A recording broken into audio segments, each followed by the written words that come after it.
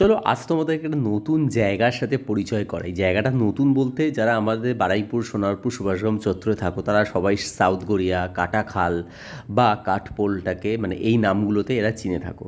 জায়গাটা ভীষণই সুন্দর, বাড়ি থেকে মোটামুটি কাছেই বলতে পারো। তো কোথায় এসেছি ভাইকে নিতে, ভাইয়া যে পড়তে এসছে। তো এইটা আমাদের ওখান থেকে অনেকটা দূর, আর তো সেই জন্য ভাইকে নিতে এসেছি। এখান থেকে ঠিকঠাক মতো গাড়ি পাওয়া যায় না, আবার এখান থেকে ওকে ফিরে আবার আর একটা জায়গায় টিউশন আছে, তো লেট হয়ে যায়।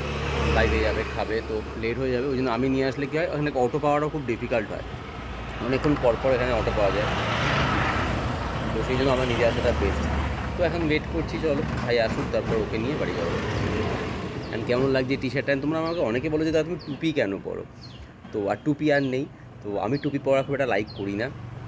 মাঝে সাঝে যখন আমি মাঝে শ্যাম্পু করা নেই, চুলটা এবড়ো খেবড়ো হয়ে আছে, তো সেই জন্য বাধ্য হয়ে আমাকে টুপিটা পরতে হয়েছে। আর একটাই টুপি আছে, কারণ টুপি পরাটা আমি লাইক করি না। তো চলো ভাই আসুক, দেন তোমাদেরকে দেখাচ্ছি।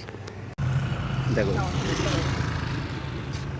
এইটা হচ্ছে ফুল এই নেচারটা। এখানে এরকম দুপাশে রাস্তা চলে গেছে, খালি রাস্তা, মানে এইসব রাস্তাতে কোনো রকম গাড়ি ঘোড়া যায় না।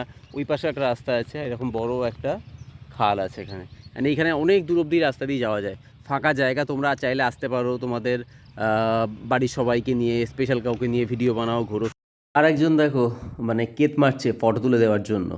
আর এখন আমি ভাইকে বাড়ি থেকে ড্রেস ফ্রেস চেঞ্জ করে এখন আমরা চলে এসেছিলাম পড়তে, বাট ভাইয়ের আজ টিউশনিং ক্লাসটা বন্ধ আছে, স্যার ফোন করেছিল। তো এখন চলে এসেছি চিকেন নেওয়ার জন্য বারুইপুরে। মশলা ধোসা, ধোসাকে হজম করতে পারবি? হজম করে ফেলবি? ও বলছে হজম করে ফেলবি, হজম করে ফেলবি? হ্যাঁ, তাহলে যদি পেট খারাপ হয়?